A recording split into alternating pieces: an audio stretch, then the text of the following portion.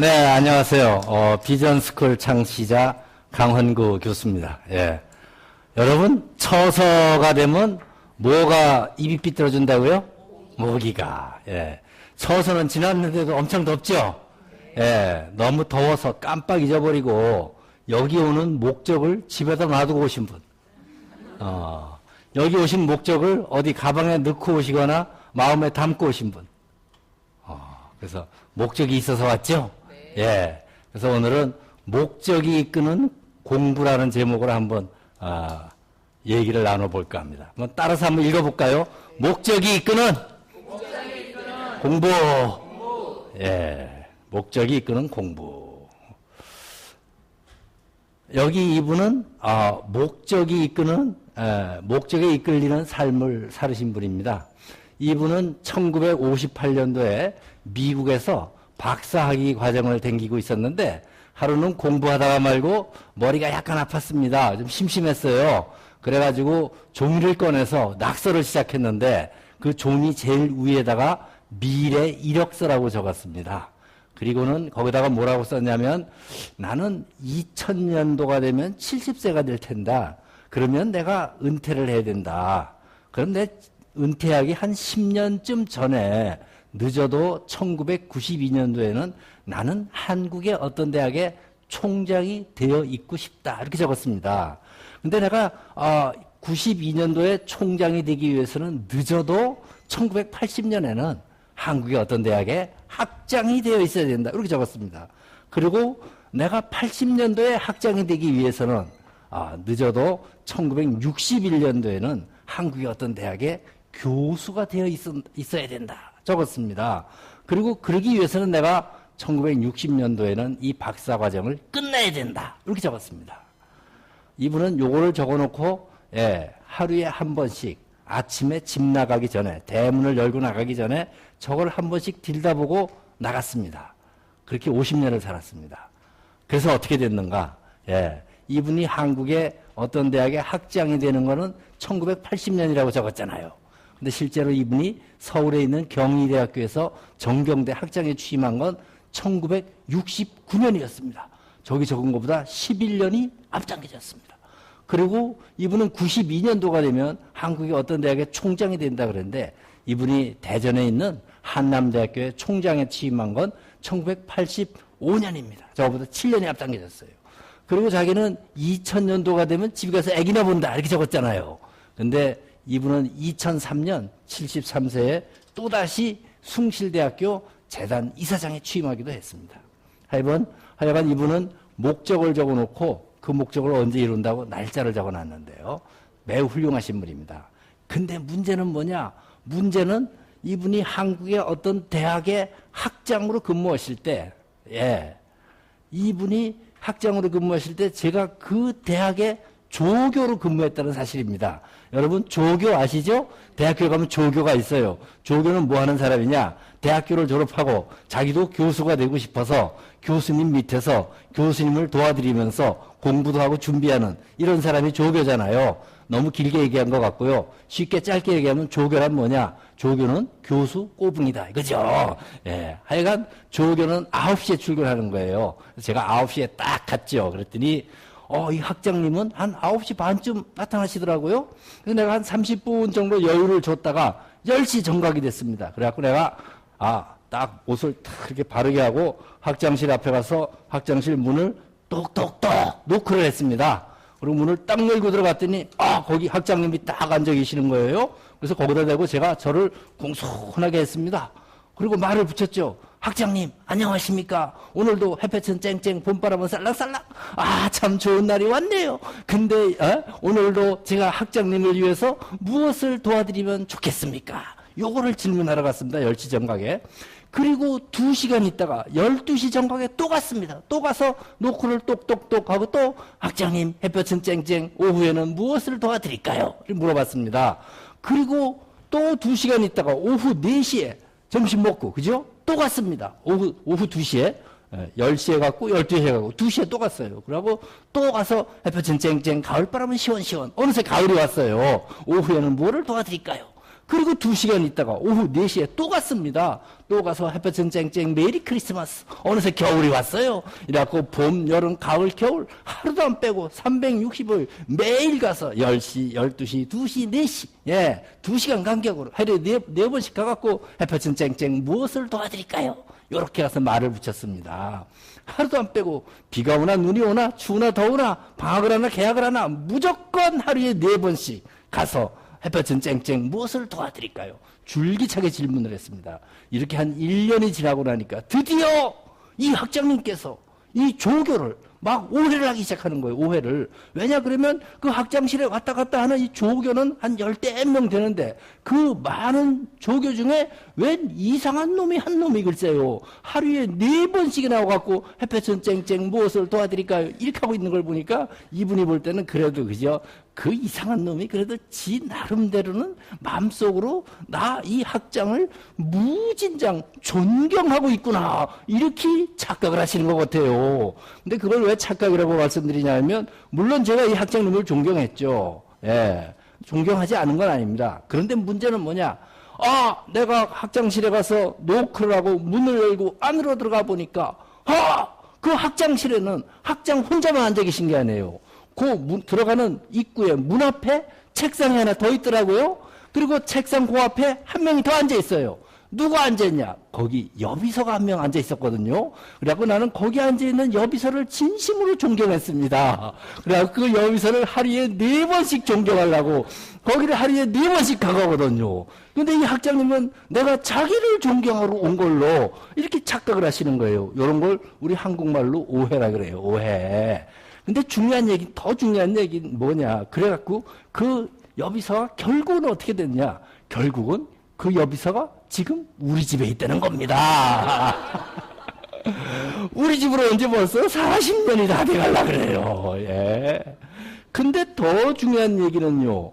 그 여비서가 우리 집으로 오는 바람에 이 대한민국에 무슨 일이 일어났느냐. 예. 이 대한민국의 총 인구가 3명이 증가했습니다. 그죠? 예, 남자가 1명, 여자가 2명, 합이 3명이 증가했거든요. 3명이. 근데 그 합이 3명이 증가했는데 막내딸이 있어요. 그 중에. 근데 막내딸 요 놈이 고등학교 1학년 때인데 여름방학이 됐어요. 여름방학이 된 그 이튿날 내가 막내 보고 물어봤어요. 막내딸 너는 여름방학을 했니 안 했니 물어봤더니 네 방학은 했는데요. 지금 스케줄이 이렇게 막 꼬여가지고 내가 머리가 아프니까 아빠는 그냥 아침밥을 맛있게 드세요 이러는 거예요. 그래서 찍소리를 못하고 그냥 밥만 먹다가 그래도 그랬죠. 야 그래도 그렇지 뭐 나는 네 아빠는 전국을 다 댕기면서 비전을 강의하고 댕기는데 너도 막 이 비전을 강의하는 교수의 딸답게 이번 여름방학에 비전을 좀 적어와라. 그랬더니 얘가 비전을 금방 적어오더라고요. 적어오긴 적어왔는데 어떻게 적어왔냐. 요런 식으로 적어왔더라고요. 그래서 저건 내가 많이 보던 거거든요. 근데 내가 물어봤어요. 그 수학하고 영어 사이에는 그 빨간 줄 그건 왜 걷냐? 다른 건 다 알겠는데. 그랬더니 걔가 그러는데 그 빨간 줄 그게 점심 먹고를 나타낸다 그러더라고. 점심 먹고.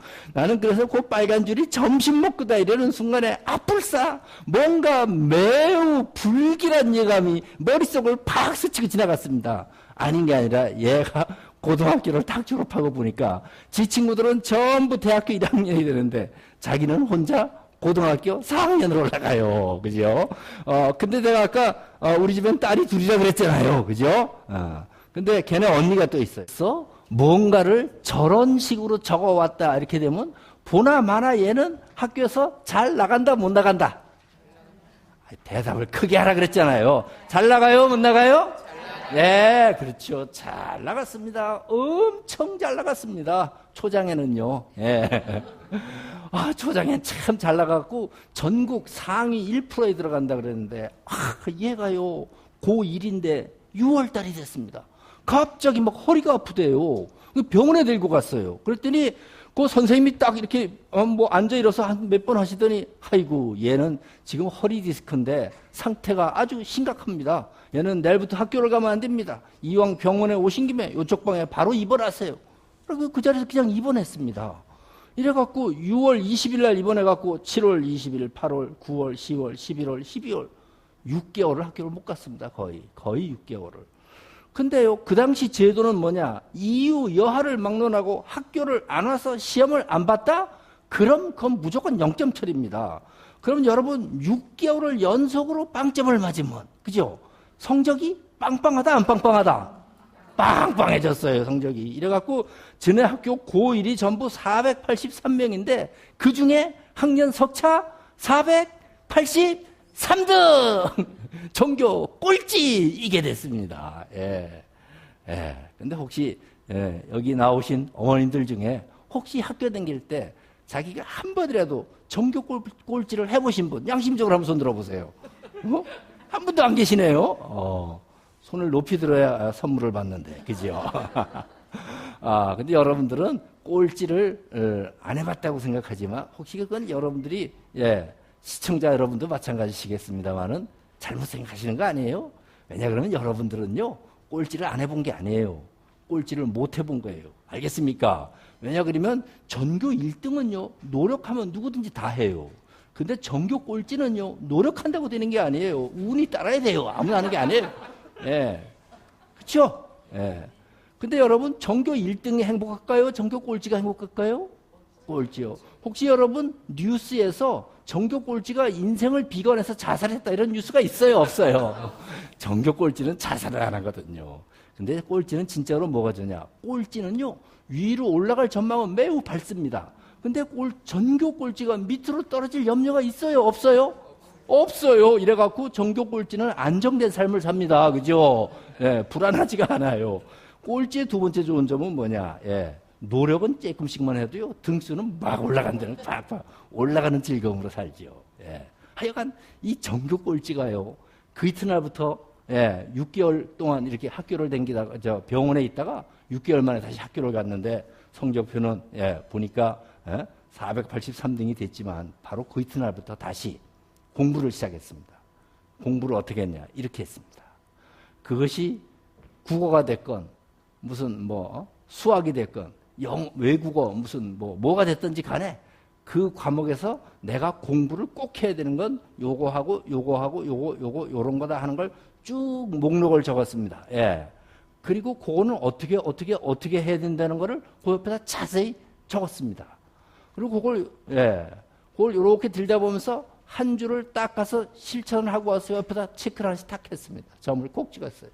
그 밑에 걸 또 점을 콕 이렇게 찍었어요. 이렇게 1년을 하더니요. 483명 중에서 483등, 그죠? 전교 꼴찌. 꼴찌도 ABC가 있어요. 꼴찌도요, 전교 100명 중에서 꼴찌하는 거 하고, 전교 300명 중에서 꼴찌하는 거 하고, 전교 500명 중에서 꼴찌하는 거거든요. 이것도 ABC가 있잖아요. 그죠? 하여간 거의 500명 중에 꼴찌가 저렇게 2년을 계속 하더니, 대학교 들어간 시험을 봤는데 어떻게 됐나? 상상에 맡기겠습니다. 혹시 여러분, 서울로 들어가다 보면 과천 넘어 관악산이라고 있잖아요. 그죠? 그 관악산 그 중턱에 무슨 대학교가 하나 있다 이런 얘기는 들어봤잖아요. 영어로 말하면 시옷 이렇게 쓰는 거, 그죠? 이 전교 꼴찌가 2년 동안 저렇게 하더니요. 지가 가고 싶어 했던 그곳에 가더라고요. 그래갖고는 거기서 열심히 하여간 저런 식으로 거기 가서도 계속 저렇게 하더니 어떻게 됐나? 결국은 자기가 가고 싶은 데 갔고, 자기가 되고 싶은 사람이 돼서 자기가 하고 싶어 하던 그 일을 아주 열심히 즐겁고 행복하게 열심히 잘하더라고요. 대학교 졸업한 지 지금 14년 됐습니다. 그런데 어떻게 됐는가? 전문직으로 성장을 해갖고, 연봉이 거의 프로야구 선수 비슷한 수준으로, 그죠? 이렇게 한 몇 장 이렇게 손가락을 구부리는, 그죠? 여기까지 가더라고요. 근데 하여간 뭔가를, 자기의 목적은 구체적으로 요거다 딱 적어놓고 그걸 계속 들다 보면서 탁탁탁 이렇게 체크하는 요 놈은 결국은 자기가 되고 싶은 사람이 되더라고요. 자기가 가고 싶은 데 가더라고요. 자기가 하고 싶어 했던 그 일을 손에 딱 움켜쥐고 아주 즐겁고 열심히, 그죠? 행복하게 지금 잘하고 있어요. 근데, 목적을 이렇게 구체적으로 세워놓지 않고 목적을 대충, 그죠? 대충 적어놓은, 이 목적을 세우다 말은 목적을 집에다 놓고 댕겨요. 그죠? 저렇게 하더니 어떻게 됐는가? 결국은 대학교도 못 들어가고, 예, 고등학교 4학년으로 올라가더라. 그래서 저는 이 딸, 두 명의 딸들이 성장하는 과정을 보면서 이런 생각을 하게 됐습니다. 우리 다 같이 큰 소리로 한번 읽어보겠습니다. 예. 저 구체적인부터 오지 않습니다까지입니다. 다 같이 크게 구체적인 목표는 하나, 둘, 셋. 구체적인 목표는 구체적인 결과를 가져옵니다. 그러나 막연한 목표는 막연한 결과를 가져오는 것이 아니라 아무런 결과도 가져오지 않습니다. 예. 막연한 목표는 막연한 결과를 가져오지 않습니다. 아무런 결과도 가져오지 않습니다. 예. 이 어머니는 허리가 아파요. 시장에 가면 뭘 무거운 걸 들고 올 수가 없어요. 그래서 초등학교 4학년 댕기는 아들이 학교에서 돌아오면 아들을 데리고 가서 배추도 사고 무도 사고 그래서 같이 들고 오고 이렇게 했습니다. 근데 하루는 아들을 데리고 시장에 가는데 시장 입구에 아이스크림 파는 행상이 있어요.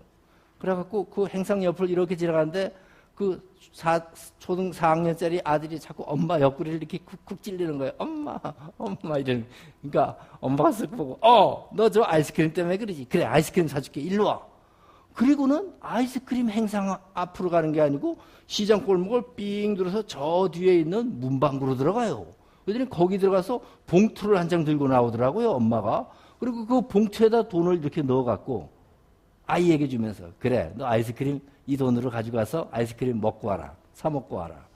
그래서 아이는 좋다 그러고 봉투를 들고 아이스크림 행상으로 갔습니다. 아이스크림을 사 먹으면서 오면서 가만히 생각해 보니까 지네 엄마는 참 성격이 이상하거든요.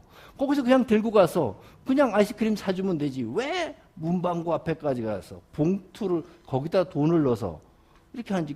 그날만 그런 게 아니고 가만히 보니까 지네 엄마는 지가 돈만 달라 그러면 언제든지 돈을 봉투에 넣어서 이렇게 주거든요. 그래갖고 지가 이제 아이가 엄마한테 와서 물어봤어요. 엄마, 근데 엄마는 참 이상해. 왜 임마? 그랬더니 근데 엄마는 내가 왜 돈을 달라 그러면 꼭 봉투에 넣어서 줘요? 맨날 돈 달랄 때마다. 그러니까 엄마가 갑자기 표정이 아주 진지해졌어요. 그리고 아들의 어깨를 이렇게 잡으면서 아주 나직하지만 열띤 목소리로 말했어요. 그래, 참 이상하지? 근데 말이야, 얘야, 난 말이야, 네가 공부하는 사람이 됐으면 참 좋겠어. 근데 공부하는 사람이 돈을 만지면 손에 돈 냄새가 묻어. 그럼 공부가 하기 싫어져. 공부를 할 수가 없어. 그래서 내가 봉투에 돈을 넣어주는 거라. 얘야, 난 네가 공부하는 사람이 됐으면 참 좋겠다. 이렇게 말했습니다. 시장 담벼락 밑에 이렇게 쭈그리고 앉아 아이를 이렇게 품으면서. 그 4학년짜리 초등학교 소녀는 그때 그렇게 열띠고 진지한 목소리로 말하던 그 엄마의 목소리를 잊을 수가 없었습니다. 그래서 결국은 공부하는 사람이 됐습니다. 그래서 서울대학교의 교수가 됐습니다. 그 교수의 아버지의 이름은 여러분이 잘 아시는 시인 박목월입니다.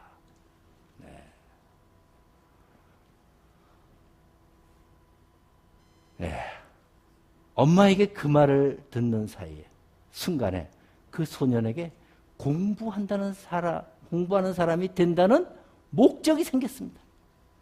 그 목적이 소년으로 하여금 거기에 합당한 행동을 하게 만들었습니다. 목적이 행동으로 이끌었습니다. 그래서 공부하는 사람의 리더가 되었습니다. 공부는 목적이 이끌어줍니다. 이 화면에 보는 저 아이는 전교 꼴찌입니다. 오늘은 꼴찌 얘기가 많이 나오네요.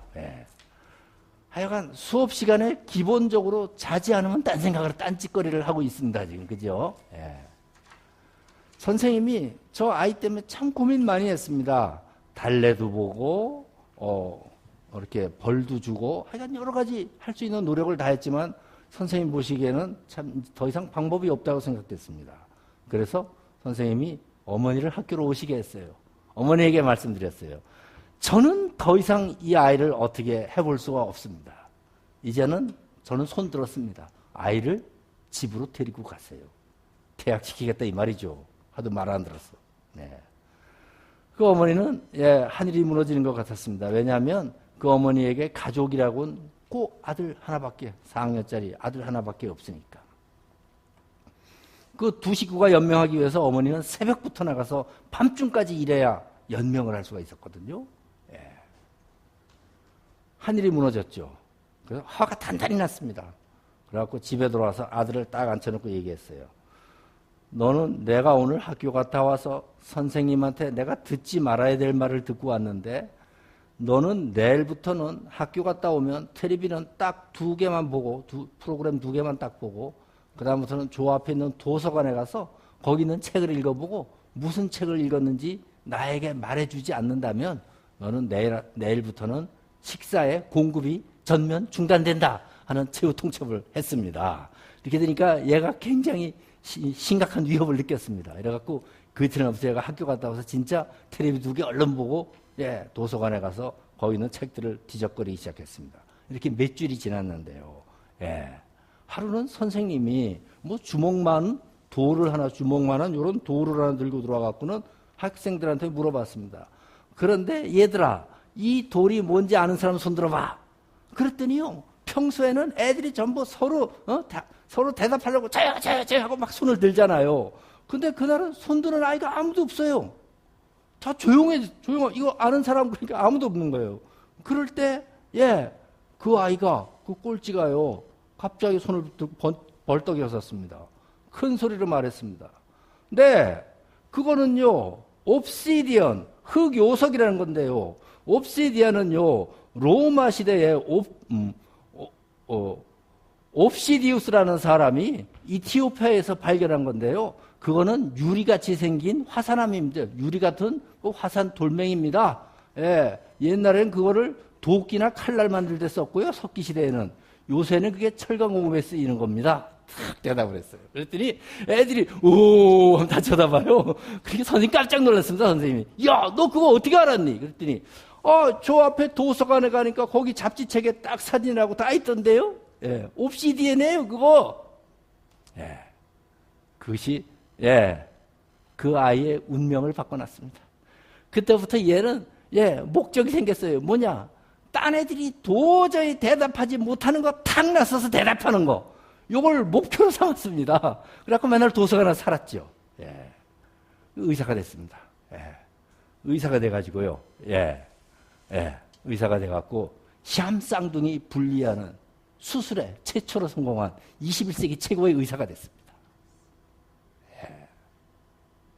그가 쓴 싱크빅이라는 책은 세계적인 베스트셀러가 됐습니다. 그 아이에게 다른 누구도 대답하지 못하는 그것을 대답하는 사람이 되겠다고 하는 아주 소박하지만 작은 목적이 생겼습니다. 그 목적이 그 아이를 도서관으로 이끌어줬습니다. 그래서 그 아이는 의사들의 리더가 되었습니다. 공부는 목적이 이끌어주는 것입니다. 목적이 이끌어주어야만 공부라는 것이 됩니다. 그런 사례는 많습니다. 저는 수년 전에 국내 유명 K대학이라는 데인데 거기에 가가지고 신입생 오리엔테이션에 특강을 한 번 했습니다. 학생이 한 2~3천 명 큰 강당에 모였어요. 그래서 그날도 목적이 이끄는 삶에 대해서 이야기를 했는데요. 그 이야기를 들은 거기 그 대학의 어떤 선생님 한 분이 자기 아들을 제가 개최하는 비전 캠프에 특별 캠프에 보냈어요. 근데 그 아들이 캠프에 갔다 오더니요. 아버지한테 들은 얘기예요. 아들이 고등학교 2학년인데 캠프에 갔다 오더니 근데 그 아들은 아주 개성이 강해요. 왜냐 그러면은 개성이 아주 강하기 때문에요. 기분이 좋으면 막 학교도 가요. 개성이 너무 강해갖고. 기분이 썩 좋으면 학교를 막 이틀씩 연속으로 가요. 이걸 또. 그리고 기분이 조금 보통이다 그러면 학교를 간다 안 간다? 안 간다. 조금 나쁘다 그러면 일주일을 제낀다 안 제낀다? 이렇게 되는 게 성적은 천장이다 바닥이다? 바닥이다. 아빠가 그 아들이 얼마나 관심이 많습니까? 그 저놈이 비전 캠프에 갔다 왔는데 뭐가 좀 달라졌나 했더니 9시가 돼도 안 일어나요, 아침에. 그죠? 10시가 돼도 계속 자는 거예요. 그리고는 뭐 학교는 물론 안 가죠. 예, 뭐 달라진 게 없어요. 에이, 그놈은 비전 캠프 괜히 보냈다. 후회를 했어요. 그래서 이제 그놈이 화장실에 간 사이에 이렇게 책상 위에 보니까 뭔 종이가 하나 놓여 있는데 그 종이에다가 그 아들이 글씨를 이렇게 오징어 다리 구부리는 문어 다리처럼 구불구불한 걸 이거를 글씨로 써놨는데 상형 문자 같아요. 근데 자세히 해독을 해보니까 이런 뜻이에요. 나는 2030년에 한국 최고의 국민 배우가 된다 이렇게 막 그려놓은 거예요. 그랬더니 아이고 내가 저거 잘못 보냈네. 괜히 바람만 들어갖고 왔네. 그 비전 캠프에 보낸 게 아주 후회 막급입니다. 근데 그놈이 그걸 뭐 계속 낙서만 하고 있더니 한 이틀 지났는데 그놈이 부르지도 않았는데 지발로 걸어가고 아버지 방에 와서 노크를 똑똑똑 하더래요. 그래서 뭐 들어와라 그랬더니 쓱 들어오더니 이런 거예요. 아버지! 왜? 나는 그 비전 캠프 그거 안 갈라 그랬는데 아버지가 하도 가라 그래갖고 내가 할 수 없이 갔는데 그 가는 바람에 내가 비전이 생겼어요. 목적이 생겼어요. 무슨 목적이 생겼네? 저는 2030년에 한국 최고의 국민 배우가 되기로 굳게 결심을 했습니다. 그래서 어떻게 할 건데?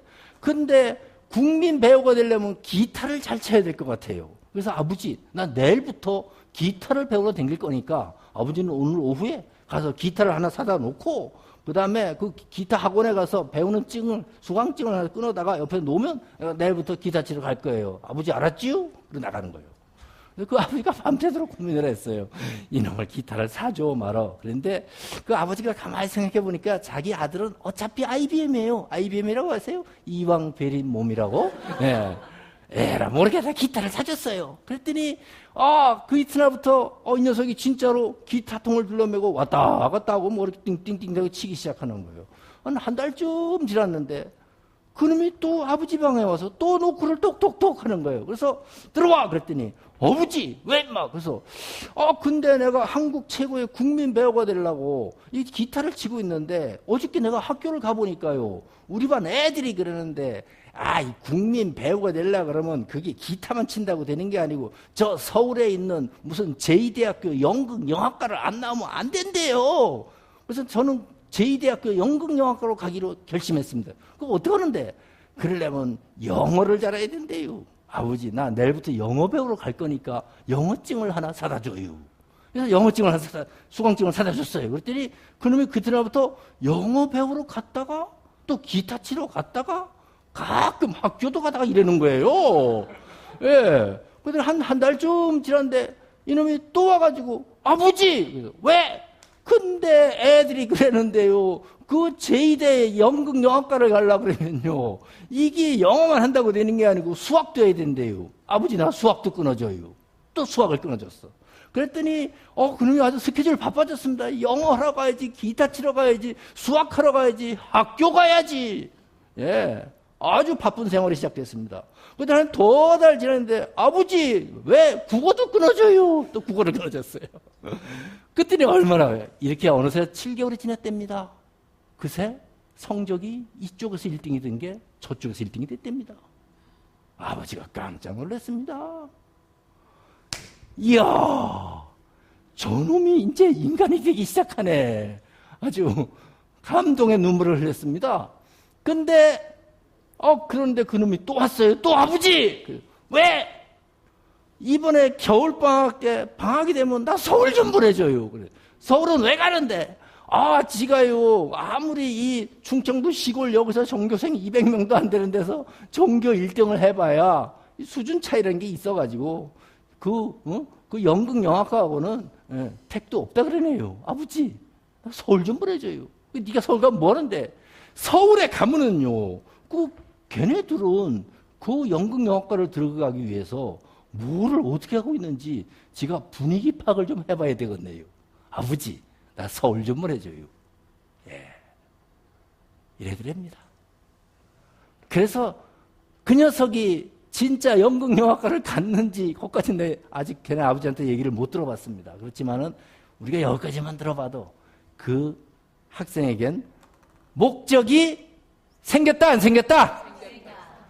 생겼다. 목적이 그 녀석을 이끈다, 안 끈다? 공부를 안 시켜도 한다, 안 한다? 한다. 예. 따라하겠습니다. 목적이 이끄는 공부. 예, 요겁니다. 예. 목적이 생기게 만들어줘야 됩니다. 주영이라는 아이는요, 예, 카이스트에 합격을 했어요. 근데 뭐 그렇게 공부를 잘하는 아이는 아니에요. 주영이 친구를 비교해보면요, 앞집 사는 친구는 같은 중학교를 다니는데 중학교 3년 내내 1등 아니면 2등 아니면 3등만 했거든요.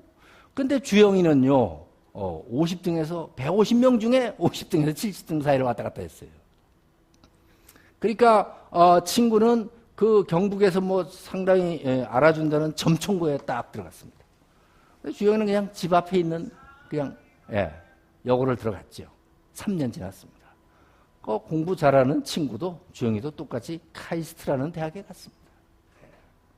주영이는 그렇게 성적이 우수하지도 않은데 어떻게 그 어렵다는 카이스트에 들어갈 수 있었나요?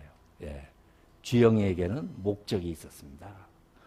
주영이는 입학사정관한테 입학사정관을 만나갖고 너는 왜 카이스트에 올라 그러냐? 저는 이 목적을 이루기 위해서는 카이스트에 꼭 가야 됩니다. 저걸 보여줬습니다. 입학사정관한테. 입학사정관이 감동을 받았습니다. 너는 그런 목적이 있고 그 목적이 너를 우리 카이스트 대학이 추구하는 이상의 세계로 이끌어줄 수 있을 것이라고 본다. 합격했습니다. 따라하겠습니다. 목적이 이끄는 공부.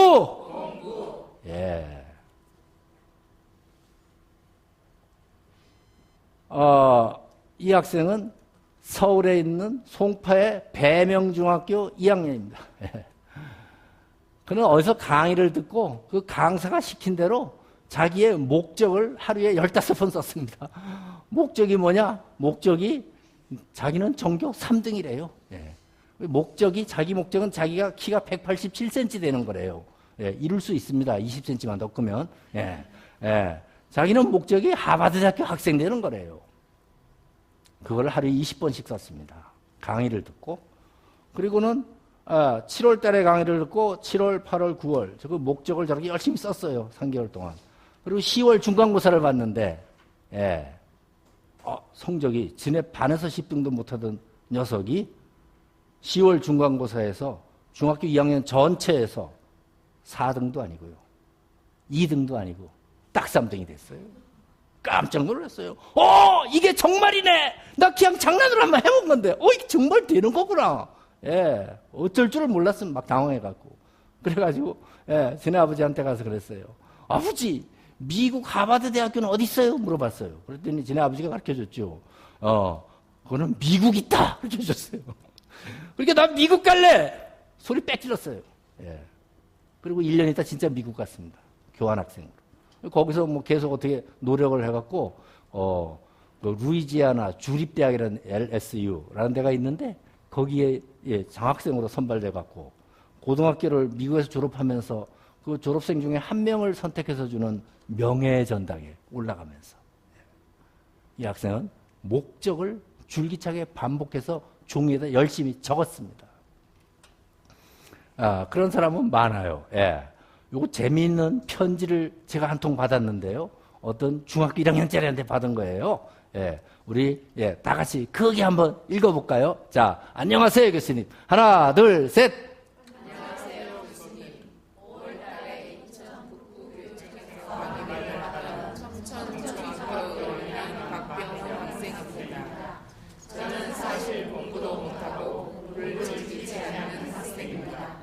하지만 교수님의 강의를 듣고 중간고사 때 29명이었던 제가 교수님이 가르쳐주신 대로 제게 하루에 15번씩 나는 전교 1등이다라고 쓰면서 공부를 했습니다. 그렇게 공부를 해서 정말 기적적으로 기말고사 때 전교 3등을 했습니다. 하지만 요즘 저에게 고민인 것은 갑자기 이렇게 많은 도수를 치고 올라가다 보니 같은 중위권에 있던 애들의 문제가 심해져 정신적으로 힘이 듭니다. 네, 너무 정신적으로 힘이 든답니다. 하여간, 이 학생도 목적을 하루에 15번씩 매일 적었다는 겁니다. 그래서 지금까지 말씀드린 것처럼, 매일 적었는데 어떻게 썼냐? 저기다 저렇게 실제로 적은 것을 저에게 가지고 왔습니다. 저렇게 적었다는 거예요, 저렇게. 저렇게 적어서 어떻게 됐나? 저는, 목적을 글씨로 쓰는 거를 학생들을 보고만 쓰라 그러는 게 아니고요. 저 자신도 열심히 씁니다. 제가 하지 않으면서 학생들 보고 하라 그러면, 안 되잖아요. 저는 목적을 씁니다. 저의 목적은 뭐냐? 제가 죽기 전까지, 하여간 늦어도 2020년도까지는, 한국 최고라고 부를 수 있을 만큼, 명품 강의를 하는 100명의, 명강사를, 육성하는 게 저의, 목적입니다. 이렇게 써 있죠? 뭐라고 썼나요? 나는 2020년 100명의 명품 강사를 양성한다. 목적을 하루에 15번씩. 또박또박. 과거 10년 동안 써왔습니다.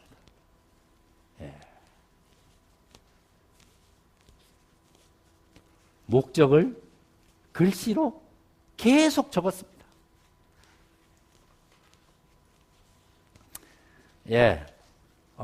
이렇게 또박또박 하루에 15번씩 10년 동안 목적을 계속 적었습니다. 이건 빙산의 일각에 불과한 거지만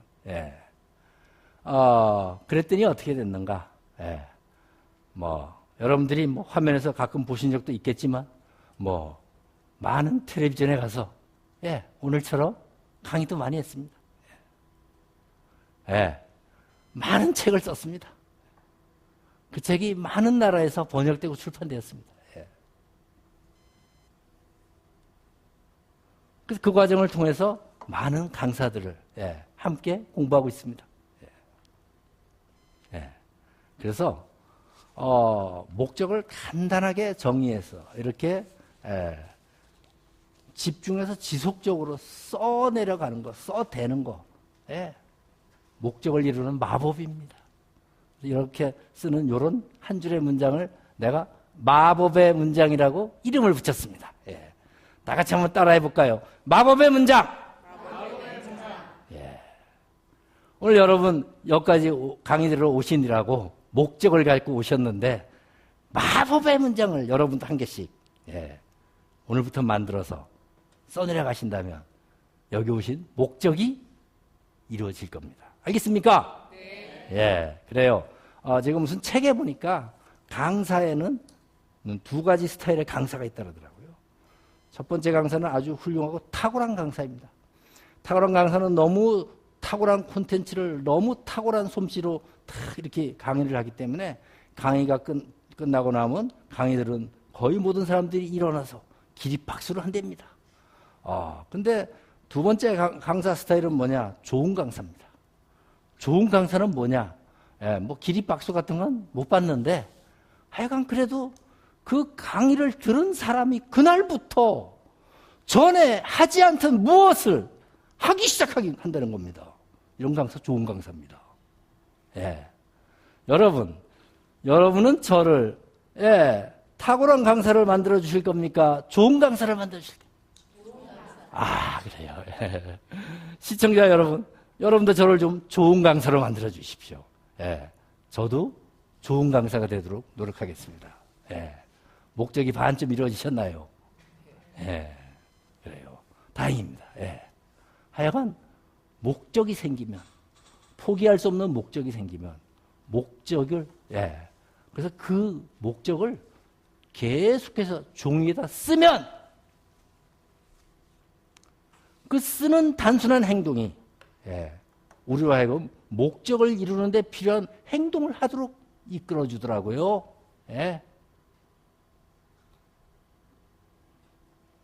그래서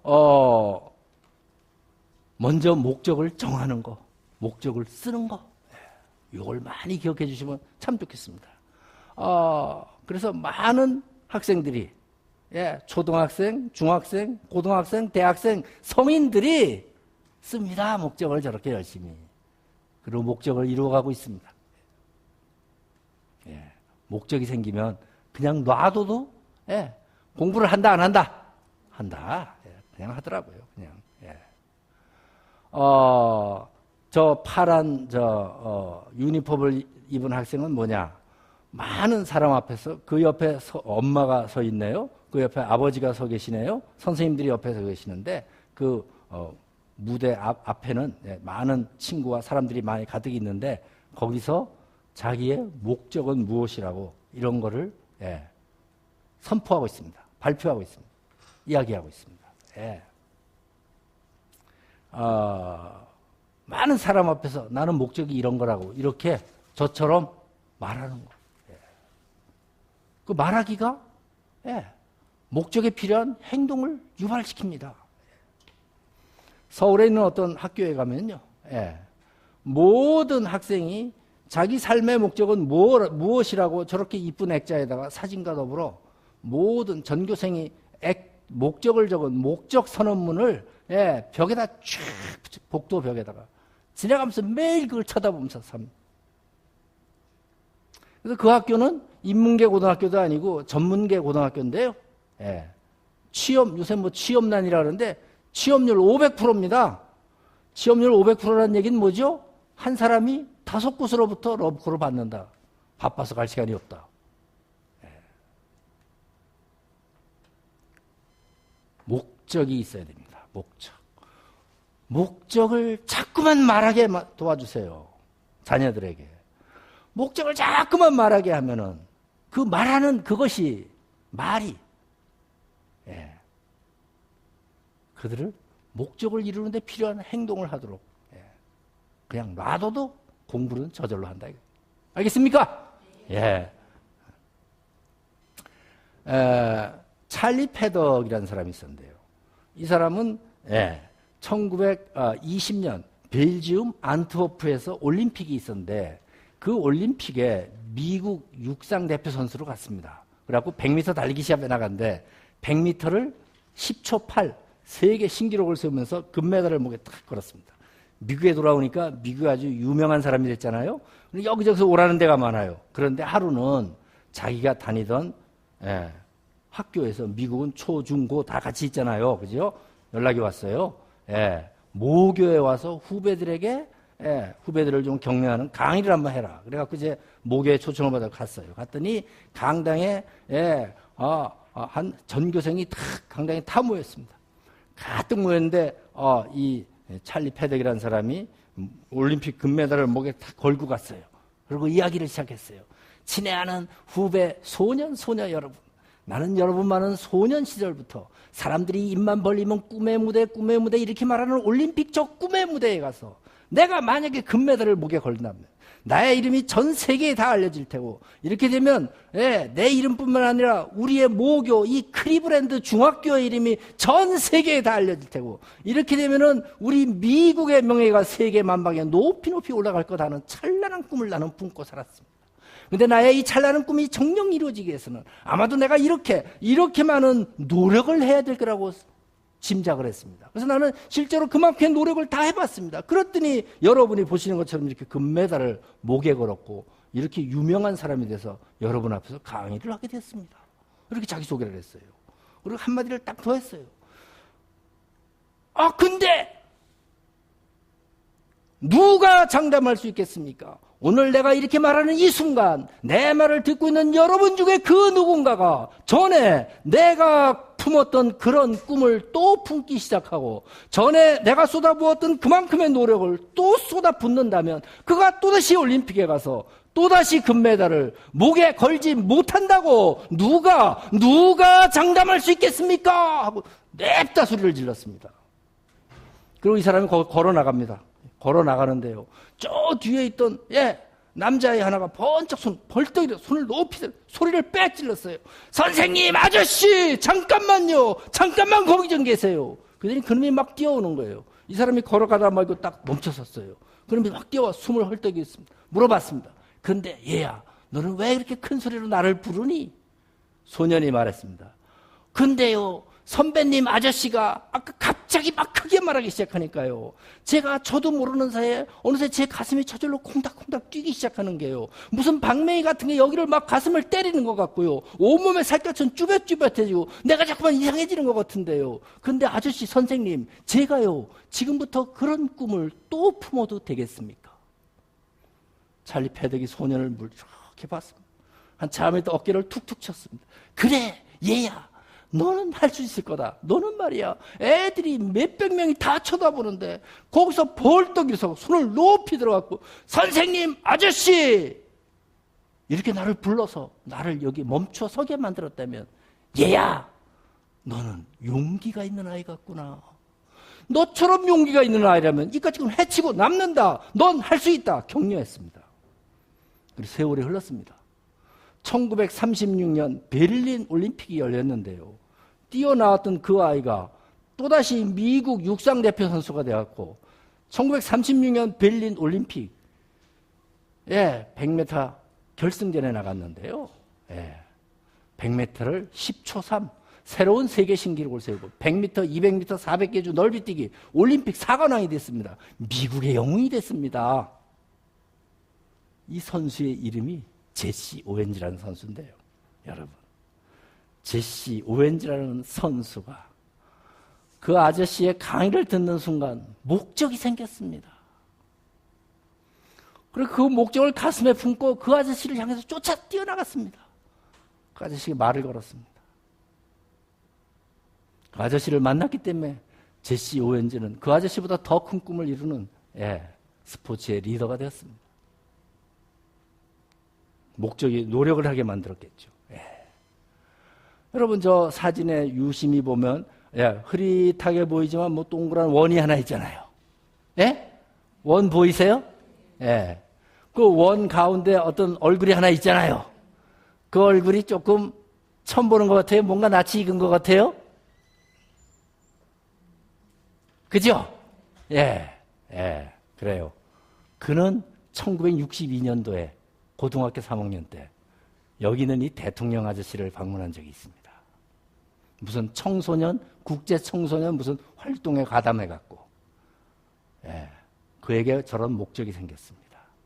그래갖고 그가 엊그저께 지금 한국에 와 있어요? 안 와 있어요?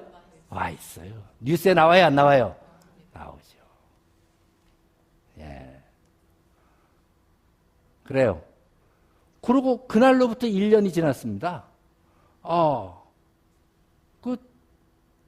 딱 1년 후인데요. 거기 저 젊은이가 그 똑같은 대통령 아저씨를 만났고 대통령 아저씨와 악수를 했거든요. 그에게 목적이 생겼습니다.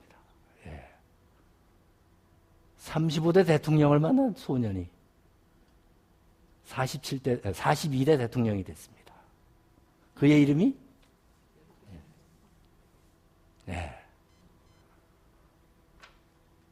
목적을 이루기 위해서는요. 그 같은 목적을 이룬 사람을 만나야 됩니다. 만남이 목적을 이루는데 필요한 행동을 하게 만들어줍니다. 만남이 행동으로 이끌어줍니다. 그래서 사교육을 많이 시킨다고, 잔소리를 많이 한다고, 사탕을 많이 사준다고, 채찍을 많이 사용한다고, 공부를 하는 게 아닙니다. 목적이 생겨야 됩니다. 목적에 이끌리기 시작하면 말려도 합니다. 말려도 말릴 수가 없어요. 너무 열심히 해서. 그죠? 목적이 생기면. 그래요. 제가 강의를 통해 가지고 오늘 제가 그랬잖아요. 그 여비서가 우리 집으로 오는 바람에 이 대한민국의 인구가 몇 명 증가했다? 3명 증가했다. 남자가 몇 명? 여자가 몇 명? 근데 여자 2명에 대해서는 얘기를 했잖아요. 근데 남자 1명에 대해서는 얘기를 안 했네요. 그죠? 그 남자 1명이 또 서운할 거 아니에요. 제 얘기는 안 한다고. 근데 그 남자 한 명이 문제예요. 예. 얘가요, 고등학교 2학년에서 3학년 올라가기 전에 한 11월 달쯤 됐는데 무슨 중간고사 성적표를 보니까 이게 지네반 40명 중에서 37등, 38등 이게 왔다 갔다 하는 거예요. 우리 집은 그런 애들이 많아요. 그죠? 이래갖고, 예, 내가, 너는 뭐, 어떻게 된 애가 이렇게 성적이 그걸 못 올리냐? 공부를 하는 거냐, 안 하는 거냐? 막 뭐라 그랬죠. 그랬더니 그놈이 나한테 딱 뭐라는 거예요. 아버지, 내가 시험 보는 기계입니까? 아버지, 내가 성적 올리는 로봇이에요? 이러더라고요. 대책이 없어요. 겨울방학을 했는데, 이제 고등학교 2학년 그거죠? 겨울방학을 했는데, 예. 학교에 가해 간다 그렇게 해놓고는 가해는 안 가고 중간에 가다가 어디 아는 집에 가갖고, 아는 데 가갖고 교복을 벗어놓고 작업복으로 갈아입고 이삿짐 날르는 알바를 뛰었어요. 한 열흘 했나 봐요. 그러더니 양복을 한 벌 탁 사입고 들어왔어요. 양복은 뭐하러 사 입었냐 했더니 고3이면 성인이나 마찬가지라 양복이 있어야 했는데. 예, 대책이 없더라고요. 예. 근데, 그 녀석을, 이게 고등학교 2학년인데, 근데 우리 집에 왜 공부 잘하는 애 하나 있었다 그랬죠? 예. 지 누나가 무슨 여기서 가까운 포항, 예? 포항 공대 시험을 보러 가게 됐어요. 거기 시험 보러 갈 때 같이 데리고 갔어요. 아들을. 지 누나는 3일 동안 가서 면접이다, 그 사전 예비, 본고사다, 3일 동안 시험을 보는 동안에 그 대학 캠퍼스를 이렇게 돌아다니면서, 예. 그 목적을 갖고 열심히 하는 애들의 모습을 보여줬어요. 3일 동안 봤습니다. 그러더니 그놈이 그래요. 예. 아버지가 말 안 해도 왜 여기 데리고 간지 지도 다 안 되는 거지. 그리고 지도 목적이 생겼습니다. 저도 저것은 시험 보는 쟤네들처럼 대접받으면서 시험 보고 싶습니다. 1년 지났습니다. 예. 밥 먹는데, 예, 제 후배, 그 후배 교수가 근무하는 제 무슨 대학이라고 있는데, 그 대학의 교수가 어떻게 조금 일찍 정보를 캐치해갖고, 점심 먹는데 우리 집 전화가 왔어요. 선배님, 아드님의 합격을 축하합니다. 이러더라고. 예. 목적이 생겨야 됩니다. 목적이. 예. 예. 그래서, 가서 봤죠. 예. 그 대학의 모습을 봤어요. 그랬더니 그 아이에게 목적이 생겼습니다. 예. 여러 가지 이야기를 했습니다. 목적이 이끄는 공부. 목적을 글로 적어라. 목적을 계속 말하게 만들어라. 글로 쓰게 만들어라. 목적을 이룬 사람을 만나게 해라. 그러면 그 글쓰기가, 말하기가, 만남이 목적을 이루는 데 필요한 행동을 하게 한다. 예. 공부라는 발음을 안 해도 된다. 아시겠습니까? 예. 특히 여러 가지 이야기를 했습니다만 만남이 중요합니다. 만나서 아까 선배를 따라서 육상 올림픽 챔피언이 된 제시 오웬즈에 대해서 얘기했잖아요. 그죠? 그 두 사람이 서로 만나가지고 악수를 하면서 서로 쳐다보면서 서로 어깨를 두드리는 순간에 말을 묻고 대답하는 그 순간에 그 선배 올림픽 챔피언의 몸속에 있는 이런 목적의 바이러스, 비전의 바이러스, 꿈의 바이러스가 그 후배 소년에게 이 바이러스가 다운로드 된 거예요. 그 바이러스가 그 어린 소년의 몸에 들어가서 지속적으로 성장되고 지속적으로 숙성되다가 나중에 이게 확 폭발해버린 거예요. 그렇게 어떻게 됐어요? 그 소년이 그 선배보다도 더 큰 꿈을 현실로 이루었습니다. 예. 여러분의 자녀가 정말 공부도 잘하고 인성도 좋고 공부해서 남에게 큰 덕을 끼치는 리더가 되기를 원하신다면 여러분 자녀들에게 아름다운 목적이 생기게 도와주세요. 아시겠습니까? 네. 따라합니다. 목적이 이끄는 공부. 예, 감사합니다.